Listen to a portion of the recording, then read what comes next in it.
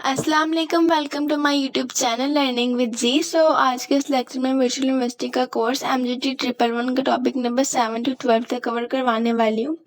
सो updated रहने के लिए वीडियोस को लाइक करें और चैनल को सब्सक्राइब करें। Thank you. अब चैप्टर नंबर 7 का बेसिकली टाइटल है history of public administration part 1।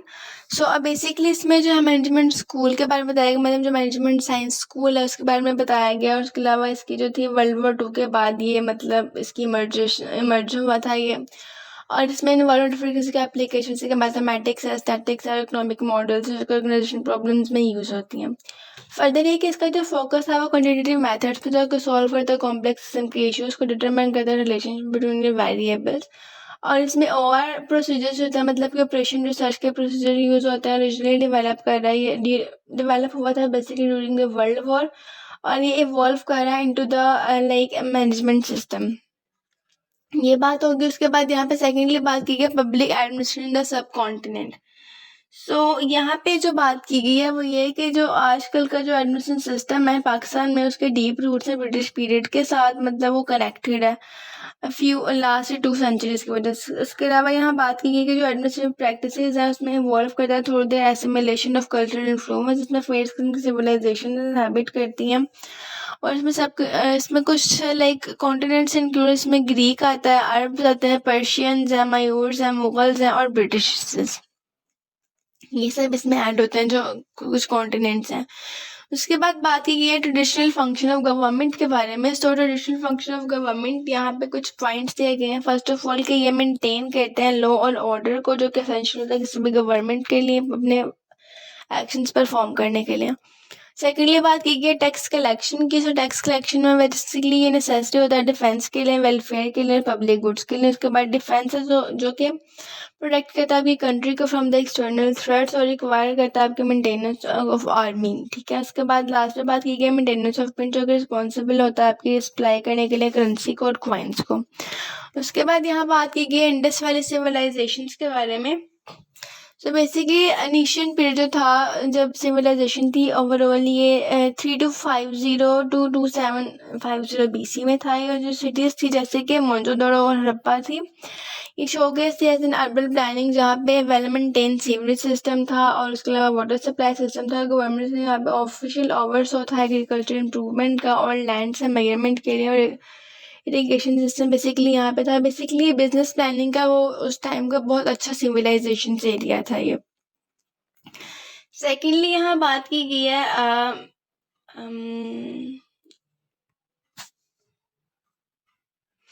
मयूराज empire के बारे में। सो यहाँ पे 14th सेंचुरी BC में ये था। और उसके अलावा ये जो एम्पायर थे इनका गवर्नमेंट ऑफिशियल्स बेसिकली रिस्पॉन्सिबल थे डिफरेंट किस्म के फंक्शंस के लिए, जिसमें डिस्ट्रिक्ट ऑफिशियल्स आते हैं जो कि ओवरसी करते हैं आपकी इरीगेशन को, लैंड मेजरमेंट्स को, रोड्स को। और उसके अलावा जो है यहाँ पे कुछ डिटेल दी गई थी एडमिनिस्ट्रेशन के बारे में। इनकी कुछ ओल्डेस्ट बुक में इनकी पब्लिक एडमिनिस्ट्रेशन की चीज़ें मिलती हैं, जैसे कि इनकी बुक है कुतालिया अर्थशास्त्र।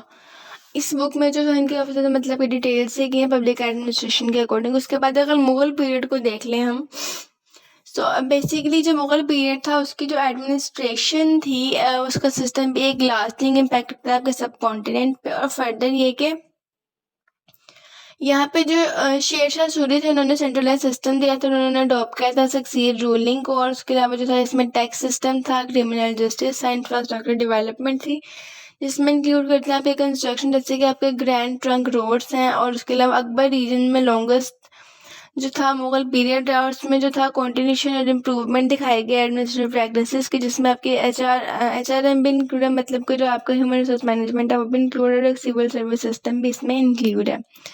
उसके बाद ब्रिटिश पीरियड की बात कर लें तो ब्रिटिश पीरियड बेसिकली जो था वो उसका रूल स्टार्ट हुआ था ईस्ट इंडिया कंपनी के तौर पर, मतलब सिग्निफिकेंटली इन्फ्लुएंस करते उन्होंने एडमिनिस्ट्रेटिव प्रैक्टिसेस को। उनकी जो रेगुलेटिंग एक्ट था 1773 का, उसने ग्रांट किया था ब्रिटिश गवर्नमेंट को पावर जो रेगुलेट करते उनके affairs of east India Company का। डायरेक्टली जो रूल था ब्रिटिश गवर्नमेंट का वो बिगेन हुआ था after the 1857 war of independence के बाद। अब इसके कुछ की कॉन्सेप्ट था, टैक्स सिस्टम था, जुडिशनल सिस्टम था, ईस्ट इंडिया कंपनी, इसके कुछ की कॉन्सेप्ट्स थे। अब चैप्टर नंबर 8 की तरफ सॉरी 8 की तरफ जाएँ तो इसमें बात की गई है history of public administration part 2। सो यहाँ पे ब्रिटिश पीरियड एंड 1857 के वॉर ऑफ इंडिपेंडेंस के बारे में बात की गई है। सो अब यहाँ पे हुआ क्या बेसिकली कि जो आपकी वॉर थी उसको मार्क किया जाता था turning point in the sub continent history, मतलब टर्निंग पॉइंट था जो कि लीड कर था डायरेक्टली ब्रिटिश रूल को। और फर्दर देखे जो गवर्नमेंट ऑफ इंडिया थी उन्होंने एक्ट किया था, मतलब जो उनका एक्ट था 1858 का, जिसमें उन्होंने रिप्लेस किया था ईस्ट इंडिया कंपनी रूल्स को, जिसमें कि वो ग्रांट कर रहे थे पावर ऑफ सिक्योरिटी को एज अ स्टेट, जो कि सप्रेस कर रही थी आपकी अपराइजिंग को। उसके बाद यहाँ बात की गई है काउंसिल ऑफ 15 मेंबर्स के बारे में, जो कि इस्टेब्लिश हुई थी यूके में, जो कि हैंडल करते हैं मैटर्स जो कि रिलेटेड होते हैं आपकी गवर्नमेंट ऑफ इंडिया के साथ। और एक्ट ऑफ एस्टेब्लिशमेंट जो था वो था लाइक यूनिटरी कॉन्स्टिट्यूशन से, जो कि प्रोविजनल गवर्नमेंट ड्राइव आउट करती powers from the central government. उसके बाद यहाँ बात की गई I guess evolution of civil services के बारे में। Evolution of civil services in sense के जो ईस्ट इंडिया कंपनी थी EIC, इन्होंने एस्टैब्लिश की थी सिविल सर्विसेज को। और इनिशियली इन्होंने इसे डिवाइड किया था कन्वेंटेड और अनकन्वेंटेड एम्प्लॉयज, मतलब दो किस्म की इनकी सर्विसेज थी, कन्वेंटेड और अनकन्वेंटेड एम्प्लॉयज। फर्दर ये कि यहाँ पे एक्शन कमीशन बनाएगी 1886-1887, जो कि रेकमेंड करती है अबॉलिश करने में डिस्टिंक्शंस को, जो कि लीड कर रहा था creation of imperial civil services को। और लेटर इसको रीनेम किया गया इंडियन सिविल सर्विसेज ICS के तौर पे। अब बेसिकली जो ICS से कैरेक्टराइज किया गया था इंटेग्रिटी और एबिलिटी के तौर पे, मतलब कुछ एक्शन कमीशन रिकमेंडेड जो थे उन्होंने क्रिएशन की थी इसकी प्रोविजनल सिविल सर्विसेज की। और फर्दर ये कि जो ये था ICS था बेसिकली, इसका जो एक्ट था 1861 का, उन्होंने इंट्रोड्यूस किया था चेंजेस को, जिसमें इंक्लूड था आपके फ्रीडम फ्रॉम सीनियरिटी रूल्स और provisional from the provision for external appointments. इस किस्म के उन्होंने कुछ रूल्स है वो उन्होंने यहाँ पे निकाला था। और फर्दर ये कि जो पब्लिक सर्विसेज कमीशन जिन्होंने एस्टैब्लिश हुई थी, जो कि 1926 में उन्होंने सर्व किया था रिक्रूटिंग एजेंसीज। और उसके बाद एक और एक्ट आया था गवर्नमेंट ऑफ इंडिया का एक्ट आया था 1935 में, जो कि प्रोवाइड करा सिक्योरिटी ऑफ टेन्योर को, प्रिवेंट करा था ऑफिसर्स को from the dispenser without a fair hiring. ये सारी चीज़ें यहाँ पे डिस्कस हुई। उसके बाद जो था यहाँ पे बड़ा एक मेजर पॉइंट ये था कि ब्रिटिश कंट्रीब्यूशन आई थी और लेगेसी आई थी। अब बेसिकली जो ब्रिटिश थे उन्होंने जब सिग्निफिकेंटली एक एडमिनिस्ट्रेटिव लेगेसी जो थी वो लॉ पे उन्होंने उनका इम्पैक्ट था, और फाइनेंस में, एजुकेशन में, रेलवे, पब्लिक हर जगह पे मतलब उनका जो था वो कॉन्ट्रीब्यूशंस थी। और उसके बाद जो था सेकंड ये कि जो इनकी पॉलिसीज थी, लेकिन इनका जो पुलिस एक्ट 1861 का उन्होंने इंट्रोड्यूस किया था यूनिफॉर्म पुलिस सिस्टम को, जिसमें एफिशिएंट उन्होंने एक्सटेंडेड पीरियड दिया था। फाइनेंशियल मैनेजमेंट की बात करें तो उन्होंने इम्प्रूव किया था, लाइक उन्होंने एनहांस किया था लैंड रेवेन्यूज को, कलेक्शन प्रोसीजर्स को। ब्रिटिश कंट्रीब्यूटर थे वो लीगल सिस्टम में भी कोडिफाइंग करते थे लॉ और एक्सपेंड करते अपने कोर्ट सिस्टम को। और उनका एक और एक्ट आया था इंडियन यूनिवर्सिटीज एक्ट 1904, जिसमें उन्होंने इम्प्रूव किया था एजुकेशन सिस्टम को। Institutions like post, telegraph, railway, irrigation system जो था, पब्लिक वर्क, सब कुछ उन्होंने इसमें इंट्रोड्यूस करवाया। उसके बाद यहाँ बात की गई चैलेंजेस एट इंडिपेंडेंस के बारे में। अब इंडिपेंडेंस के टाइम पे एक मतलब शॉर्टेज ऑफ ट्रेन प्रोफेशनल्स का शॉर्टेज था। उसके अलावा जो था एक लार्ज माइग्रेशन थी नॉन मुस्लिम्स फ्रॉम पाकिस्तान, मतलब कि जो नॉन मुस्लिम से लाइक उनका जो माइग्रेशन हुआ, और जो यहाँ पे मतलब जो 1947 का माइग्रेशन था उसके बारे में यहाँ बात की गई है। फर्दर एक कि इसमें चैलेंजेस है जैसे कि इनएडिक्वेट फिजिकल इंफ्रास्ट्रक्चर थे, इन्फ्लक्स ऑफ रिफ्यूजेस था, और उसके अलावा जो था कॉन्स्टिट्यूशन मेकिंग की भी काफ़ी ज़्यादा, मतलब कि कोई आइन नहीं बना था, कोई कॉन्स्टिट्यूशन नहीं बना था उस टाइम पे हमारा।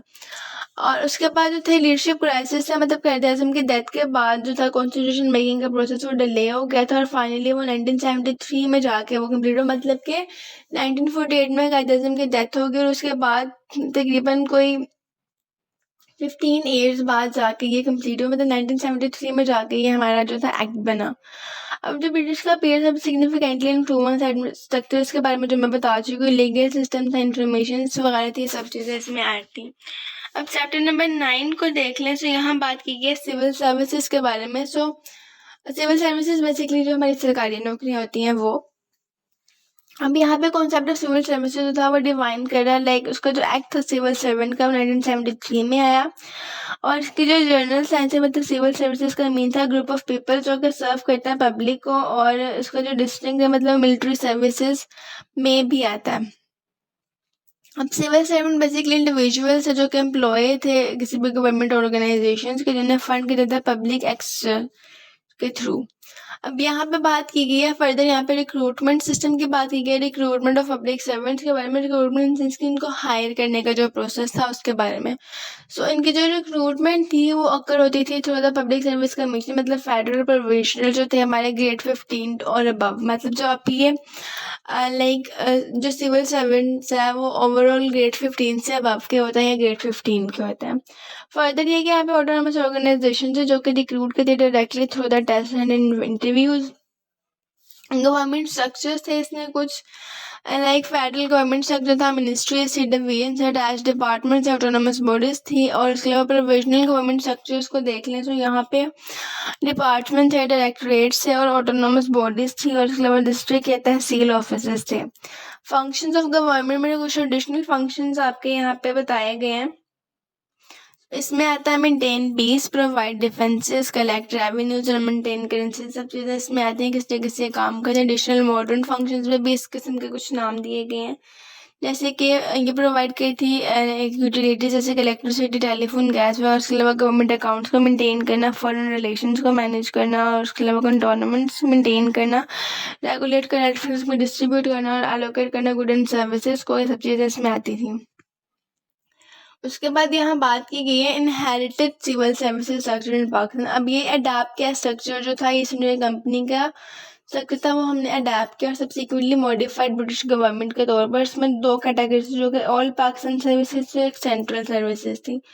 अब जो ऑल पाकिस्तान सर्विसेज थी हमारी, उसमें आते हैं बेसिकली हमारे कुछ पॉइंट्स। अब जैसे कि ऑल पाकिस्तान सर्विसेज में फर्स्ट ऑफ ऑल आता है आपका सिविल सर्विसेज ऑफ पाकिस्तान, मतलब CSP, जिसमें आपके ICS आता है, मतलब descendants of the Indian civil services आते हैं। उसके अलावा इसमें आपके जो था कॉम्प्रोमाइज ऑफिसर्स थे जो कि वर्ल्ड वॉर 2 में थे। इसमें आपकी फाइनेंस सर्विसेज थी और वो लोग थे जिन्होंने कॉम्पिटिटिव एग्जामिनेशन में जो सिलेक्टेड हुए थे। कॉम्पिटिटिव एग्जामिनेशन मतलब ये जो हमारे CSS के एग्जामिनेशन होते हैं, इस किस्म के जितने मेरे पेपर्स हैं वो। सेकेंडली यहाँ बात की गई है policy services of Pakistan, PSP। अब यहाँ पे जो थे एलिक्वेंट थे बेसिकली इंडियन पुलिस सर्विसेज वाले, IPS वाले, और फर्दर ये कि जो ऑफिसर थे सर्व करते हैं under the both central provisional governments. और लास्ट पे यहाँ बात की गई है सेंट्रल सर्विसेज के बारे में, जो कि बिफोर एडमिनिस्ट्रेटिव रिफॉर्म्स है, मतलब 1973 से पहले सेंट्रल सर्विसेज थी। और ये 13 सेंट्रल सर्विसेज है जिसमें आपके पाकिस्तान फॉरेन सर्विस आती थी, आपका account service, customer excise services, taxation service, और काफ़ी ज़्यादा इसमें और भी थी। और ये सर्विसेज ये कवर करी थी कुछ एरियाज को, जैसे कि इसमें फॉरेन अफेयर्स थे, फाइनेंस था, कस्टम था, टैक्सेशन थे, मिलिट्री, लैंड कंटोनमेंट्स थे, पोस्टल सर्विसेज थी, मतलब आपका GPO था, ट्रेड इन्फॉर्मेशन थी, और आपकी इकोनॉमिक्स वगैरह सब चीज़ें इसमें ऐड होती हैं।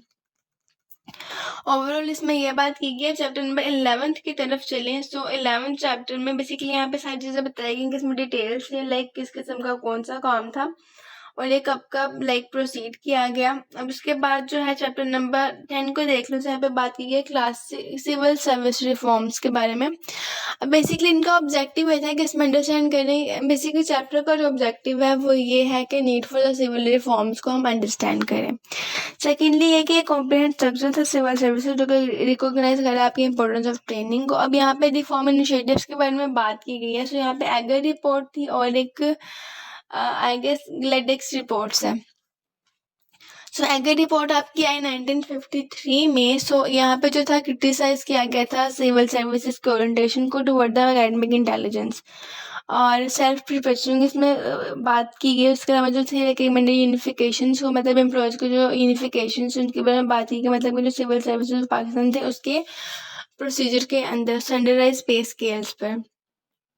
फर्दर यहाँ पे अर्ज किया गया था एक balance between the journalist and the specialist civil services के बारे में। सेकेंडली जो था यहाँ पे जो गिल्डेक्स रिपोर्ट थी 1955 में जो रिपोर्ट है उसमें बेसिकली क्रिटिसाइज किया गया था आपके डोमिनेंस ऑफ जर्नलिस्ट और द स्पेशलिस्ट। और उसके बाद जो था एडवोकेट किया गया था, इसमें इनकरेज किया गया था बेसिकली इन टेक्निकल और प्रोफेशनल सिविल सर्वेंट्स को फॉर द हायर पोजीशंस। और उसके बाद आता है आपका फर्स्ट 5 ईयर प्लान, मतलब कि जो आपके लाइक जिसमें रिकॉग्नाइज किया था आपका डोमिनेंस ऑफ जर्नलिस्ट ग्रेड को और recommended converting non technical services को into the branches the identical pay scales. उसके बाद बात की जाए तो यहाँ पे पे एंड सर्विस कमीशन की बात की जो कि 1962 में बनी थी। यहाँ पे ग्रेड्स की बात करें, मतलब किसी के जो क्रिटिसाइज करते हैं रिजर्वेशन ऑफ सीनियर पोस्ट को फॉर द CSP। और फर्दर ये कि इसमें रेकमेंड करे थे building up the entire public services, मतलब कि इसमें 7 टायर्स थे ग्रुप्स के जो एम्फसाइज करते हैं इक्विटी को। उसके बाद वर्किंग ग्रुप था 1969 में जो एडवोकेट गया था charters for the all branches for civil services. और इसका जो रेकमेंडेड बेसिकली काम था कि same criteria for the executive position and for the create services. और इसमें एक यूनिफॉर्म पे स्केल था प्रोविजनल सेंट्रल सर्वेंट्स के लिए।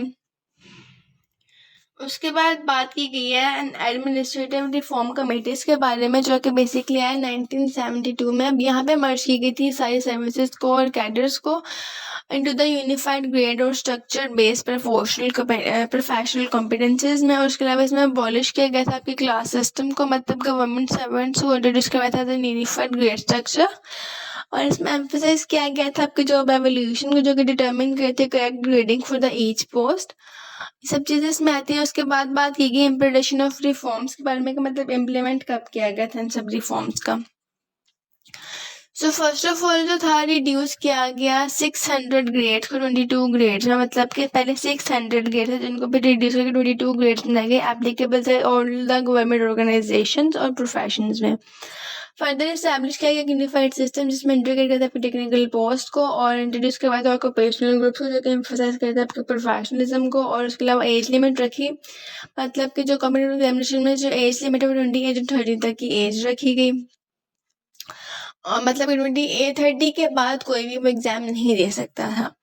और उसके अलावा इसमें मेरिट बेस्ड प्रमोशंस को इंट्रोड्यूस करवाया गया और लेटरल एंट्री को इसमें मतलब कि NTA जो था आपको उसको इंट्रोड्यूस करवाया गया। और जो थी कॉमन किस्म की जो ट्रेनिंग थी उनको इंट्रोड्यूस करवाया गया। और अब जो सिविल सर्विसेज एंड टुडे, मतलब द सिविल सर्विसेज टुडे, सो इसको डिफाइन किया जाता है constitution of Islamic republic of Pakistan 1973 के अकॉर्डिंग से डिफाइन किया जाता है। उसके अलावा जो इसके एग्जीक्यूटिव अथॉरिटी एक्सेस करते हैं मतलब by the government in the name of the president. और जो इसकी कैटेगरीज है इसमें सिविल सर्विसेज आती हैं, जैसे जनरल सर्विसेज है, सेमी टेक्निकल स्पेशलाइज है, या सर्विसेज है, या प्योरली टेक्निकल सर्विसेज आपके इसमें ऐड होती हैं। रिक्रूटमेंट क्राइटेरिया उसमें सारा कुछ मतलब वो डिटेल्स हैं कि किस तरीके से मतलब आपको प्योर मेरिट पे बेस किया जाता है। और उसके अलावा जिसमें पोस्ट लाइक सिलेक्शन कैसे होती है आपकी, फिर बोर्ड ऑफ डायरेक्टर्स किस तरीके से उस चीज़ को डील करते हैं, सिलेक्शन बोर्ड के करते हैं, कमेटी से करते हैं, फिर आपकी रिप्रेजेंटेशन जो किस तरीके से किसी भी प्रोविंस में जाती है। अपॉइंटिंग अथॉरिटी में बेसिकली जो है प्रेसिडेंट जो है वो ग्रेड 20 और उससे अबव के होते हैं। और उसके अलावा जो स्टैब्लिशमेंट ग्रेड है वो 17 to 19 के होते हैं, जो मिनिस्ट्री ग्रेड है वो 3 to 16 के होते हैं, और जो head office for the grade है वो 1 to 2 के होते हैं। फर्दर ये कि अब यहाँ पे मेन रिक्रूटिंग एजेंसी इसके बारे में बात की गई है। सो इसमें फेडरल पब्लिक सर्विसेज आती हैं आपकी एट द फेडरल लेवल। उसके बाद प्रोविजनल पब्लिक सर्विसेज कमीशन आती है प्रोविजनल लेवल पर, डिपार्टमेंट सिलेक्शन या प्रमोशनल कमेटीज आती हैं। ट्रेनिंग जो है इसमें प्री सर्विस ट्रेनिंग होती है बिफोर एंट्री टू सर्विस, और इन सर्विस ट्रेनिंग मतलब कि सर्विस की ड्यूरिंग जो आपकी ट्रेनिंग्स होती हैं वो भी इसमें ऐड होती हैं। उसके बाद कुछ मेजर ट्रेनिंग इंस्टीट्यूशन जैसे कि national institute of public administration है, Pakistan academy of rural development और पाकिस्तान एडमिनिस्ट्रेटिव स्टाफ कॉलेज है। तीनों चीज़ें जो काफ़ी मतलब फेमस इंस्टीट्यूशन है पाकिस्तान के। चैप्टर नंबर 11 की बात कर लें तो इसमें बात की है 1973 के कॉन्स्टिट्यूशन ऑफ पाकिस्तान के बारे में। अब यहाँ पे इसके कुछ ऑब्जेक्टिव हैं वो आप देख लीजिएगा। उसके बाद यहाँ बात की गई कॉन्स्टिट्यूशनल फ्रेमवर्क के बारे में, मतलब कि इसका परमेबल क्या सिनेरियोस है। सो जो इसकी कॉन्स्टिट्यूशन है बेसिकली वो बिगेन हुई थी with the acknowledgement of the sovereignty over the universal belongs to Allah. मतलब कि जो हमारा कॉन्स्टिट्यूशन है वो इसी बात पे था, मतलब कि हम लोग लाइक एक इस्लामिक कंट्री और हम अल्लाह पे बिलीव करते हैं और हम मुस्लिम्स हैं, ये सब चीज़ें हमारी कॉन्स्टिट्यूशन में ऐड है। सेकेंडली ये कि जो हमारी अथॉरिटीज एक्सेस करती थी, मतलब कि people of Pakistan consider as a scared of fortress in the limits of like के अपनी ज़िंदगी गुजारने अल्लाह ताला के असूलों के मुताबिक, मतलब जो उन्होंने एक पूरा रोल मॉडल दिया हमें, उसके अकॉर्डिंग जो हमारे प्रॉफिट हैं उनके अकॉर्डिंग जो हमारी लाइक रिस्पॉन्सिबिलिटी से जो हमारे टास्क है उसको हम परफॉर्म कर उसी तरीके से अपनी जो है वो लाइफ स्पेंड करें। सेकेंडली यहाँ बात की गई रिपब्लिक ऑफ पाकिस्तान के बारे में। सो पाकिस्तान को डिफाइन किया जाता है federal republic known as Islamic republic of Pakistan. और उसके अलावा जो टर्म है फेडरल रिपब्लिक इसे इंडिकेट करती है कि एग्जिस्टेंस है, मतलब इसमें प्रोविंस कॉन्स्टिट्यूशन है, मतलब इसमें फेडरेशन है, और जो कि इस्लामिक आइडेंटिटी को एम्फोसाइज करती है। टेरिटरीज ऑफ द स्टेट में अगर देख लें तो हमारी टेरिटरीज में आता है बलोचिस्तान आता है, नॉर्थ वेस्ट फ्रंटार आता है, उसके बाद पंजाब आता है, सिंध आता है, इस्लामाबाद हमारा कैपिटल टेरिटरी है। उसके अलावा फेडरल जो हमारी फैक्ट है बेसिकली फेडरल टेरेबल एरियाज है। उसके अलावा जो नेशनल टेरिटरीज है हमारी उसके बारे में बात की गई, किस तरीके से मतलब एक्सेशन से गवार कर रही हैं। उसके बाद स्टेट रिलीजन की बात करें तो इस्लाम जो है हमारा आर्टिकल 2 ऑफ मतलब जो हमारा कॉन्स्टिट्यूशन है आर्टिकल नंबर 2 है, उसके अकॉर्डिंग जो है इस्लाम जो है हमारा एक लाइक एक नेशनल रिलीजन है, मतलब पाकिस्तान से जाना जाता है मुस्लिम कंट्री। उसके बाद जो डेफिनेशन ऑफ स्टेट की बात करें तो आर्टिकल नंबर 7 में डिफाइन किया गया स्टेट को as a federal government, parliament और प्रोविजनल गवर्नमेंट, प्रोविजनल असेंबली और अदर अथॉरिटीज के साथ उसको डिफाइन किया गया, जिसमें कि आपको पावर के लिए आपको डिफरेंट टैक्सेस को इम्पोज करके। गवर्नमेंट वर्सेस स्टेट की बात करें यहाँ पे तो इसमें जो बेसिकली बात की गई है गवर्नमेंट वर्सेस स्टेट के बारे में। अब जो गवर्नमेंट है वो कॉम्प्रोमाइज़ करती है इलेक्टेड रिप्रेजेंटेटिव, जैसे कि इसमें पॉलिटिशियंस आते हैं, जुडिशरी आती है और उसके अलावा एग्जीक्यूटिव आते हैं। अब जो स्टेट है उसमें होता है आपकी ऑल परमानेंट इंस्टीट्यूशन, जैसे कि अगर फेडरल प्रोविजनल गवर्नमेंट होती है, असेंबलीज हैं, लोकल अथॉरिटीज आपकी सब चीज़ें इसमें ऐड होती हैं। फेडरल ऑफ पाकिस्तान को देख लें फेडरल ऑफ पाकिस्तान के बारे में यहाँ बात की गई है जो फेडरल रिप्रेजेंटेशन है unity of all constitution unit की, वो और प्रेसिडेंट जो है वो सिंबल ऑफ यूनिटी है। पार्लियामेंट की बात कर लें तो ये कंसिस्ट करती है प्रेसिडेंट्स पे, नेशनल असेंबलीज पे, और उसके अलावा जो है लोअर हाउस, अपर हाउस मतलब सेनेट्स आते हैं, इसमें नेशनल असेंबलीज आती हैं, ये सब चीज़ें इसमें आती हैं। उसके बाद जो बात की गई है यहाँ पे वो है नेशनल असेंबली की बात कर ली हमने, जिसमें कि 332 मुस्लिम मेंबर्स जो इलेक्ट करते हैं डायरेक्ट वोट, और उसके अलावा इसमें एडिशनल नॉन मुस्लिम मेंबर्स भी होते हैं। सेनेट की बात करने से कॉम्प्रोमाइज़ होती है 100 मेंबर पे, जिसमें आपके इंक्लूड होते हैं जो कि प्रोविंशियल असेंबली में आपके इलेक्टेड लोग होते हैं वो। फर्दर फेडरल गवर्नमेंट की बात कर रहे हैं सो इसमें हेडेड होता है, मतलब जो आपका प्राइम मिनिस्टर है वो हेडेड है, उसके बाद कैबिनेट्स हैं, और उसके अलावा जो प्रेसिडेंट है उसकी लाइक फंक्शंस और एक्सरसाइजेज हैं वो सब चीज़ें इसमें आती हैं।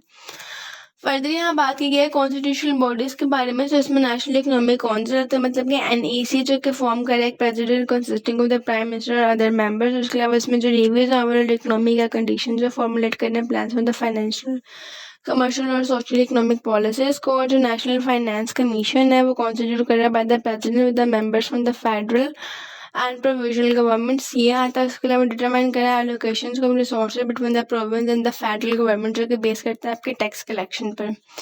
कोर्ट्स आते हैं इसमें, आपकी पब्लिक सर्विस कमीशन आती हैं। उसके अलावा जो है इसमें कुछ कॉन्सेप्ट्स हैं जो मैं आपको ऑलरेडी बता चुकी हूँ, जैसे कि नेशनल इकोनॉमिक्स है, फेडरेशन है, पार्लियामेंट है, नेशनल फाइनेंस है, सब चीज़ें इसमें आती है। उसके बाद अगर हम देख लें चैप्टर नंबर 12 को, तो यहाँ पे चैप्टर नंबर 12 में बात की गई स्ट्रक्चर ऑफ गवर्नमेंट के बारे में। अब ये जो कॉन्स्टिट्यूशन है ये शेप करता है लेजिस्लेटर का, मतलब कि जो नेशनल प्रोविंशियल असेंबलीज में सेनेट्स थी उनकी 3 ब्रांचेस है, लेजिस्लेटिव, जुडिशरी एंड एग्जीक्यूटिव, जो मैंने आपको पहले बताई। अब इसमें ऑर्गेनाइजेशन चार्ट ऑफ गवर्नमेंट आता है जो मैं आपको ऑलरेडी बता चुकी हूँ, जिसमें आपका प्रेसिडेंट है, मतलब कि हेड ऑफ स्टेट है, फिर प्राइम मिनिस्टर की लाइक जो आपका प्राइम मिनिस्टर चीफ एग्जीक्यूटिव है, और कैबिनेट है जो कि मिनिस्टर्स पे कंसिस्ट करती है। उसके अलावा डिसीजन मेकिंग की एज, ये सब चीज़ें इसमें आती है। उसके बाद रूल ऑफ बिजनेस को देख लें। यहाँ पे जो है इसमें फॉर्मुलेट किया गया था under the article of 90 to 99। इसमें कॉन्स्टिट्यूशन जो कि स्पेसिफाई कर रहे हैं वर्किंग मिनिस्ट्री के डिवीजन्स को, उनके डिपार्टमेंट्स को। सेकेंडली यहाँ बात की गई ministry of the federal government के बारे में। फेडरल गवर्नमेंट इन सेंस के इसमें डिफरेंट किस्म के जो थी वो लाइक बना दिए गए हैं, कमेटीज़ बना दी गई हैं, जैसे कि इसमें मिनिस्ट्रीज़ हैं जैसे कॉमर्स की, कल्चर की, डिफेंस प्रोडक्शन की, फाइनेंस, रेवेन्यू, इंफॉर्मेशन टेक्नोलॉजी की, इंटीरियर, हाउसिंग एंड वर्किंग वगैरह की। उसके बाद स्ट्रक्चर ऑफ मिनिस्ट्री में बात की गई है मिनिस्ट्री डिवीजन के, जो कि ग्रुप ऑफ डिवीजन में ऐड होता है, जैसे कि इसमें इंटरेस्टेड लोग हैं अपने स्पेसिफिक टास्क के साथ। उसमें कैबिनेट सेक्रेटरीज हैं, ये सब चीज़ें आती हैं। उसके बाद से कुछ functions and division of the ministry के फंक्शंस हैं। जिसमें आता है आपका मैनेज करना फाइनेंस को फेडरल गवर्नमेंट में, उसके अलावा एनुअल बजट प्रेजेंट करना नेशनल असेंबली को, टैक्स के प्रोसीड्स को देखना, और उसके अलावा डिफरेंट किस्म की करेंसी या क्वाइनेज और लीगल टेंडर्स को हैंडल करना और रेगुलेट करना फंक्शन को, जो कि आपके बैंकिंग स्टॉक एक्सचेंज और फॉरेन करेंसी से रिलेटेड है। और फर्दर यहाँ पे बात की गई इकोनॉमिक अफेयर डिविजन्स के बारे में। सो यहाँ पे बेसिकली कंडक्ट करें negotiation from the economic assistance for the foreign governments और मैनेज करें टेक्निकल असिस्टेंस को फॉरेन कंट्रीज के साथ, तो रिव्यू दे रहे हैं इंटरनेशनल और रीजनल इकोनॉमिक ट्रेंड्स के साथ, और इसका जो इम्पैक्ट है वो नेशनल इकोनॉमी पे काफ़ी हद तक हो रहा है। उसके बाद यहाँ बात की गई है ऑर्गेनाइजेशन ऑफ फाइनेंस डिविजन्स के बारे में, मतलब डिफरेंट किस्म की जिसमें बात की गई है, लाइक इसमें अटैच डिपार्टमेंट है, मतलब कि अटैच डिपार्टमेंट जो administratively under the control of ministry है with the officers in the various location. उसके बाद autonomous bodies under the ministry of finance, इसमें आ जाती हैं आपके कंट्रोल अथॉरिटी, आपके नेशनलाइज कॉमर्स बैंक्स आते हैं, आपके board of governors and independence, ये सब चीज़ें इसमें ऐड हो जाती हैं। फर्दर कुछ कॉन्सेप्ट है जो मैं ऑलरेडी बता चुकी हूँ आपको, cabinet rules, ministry divisions, function, सब चीज़ें इसमें ऐड होती हैं। सो अगर आपको इसके नोट्स चाहिए तो चैनल को लाइक करें, सब्सक्राइब करें, ताकि आपको आने वाली वीडियोज़ की अपडेट्स मिलते हैं। Thank you.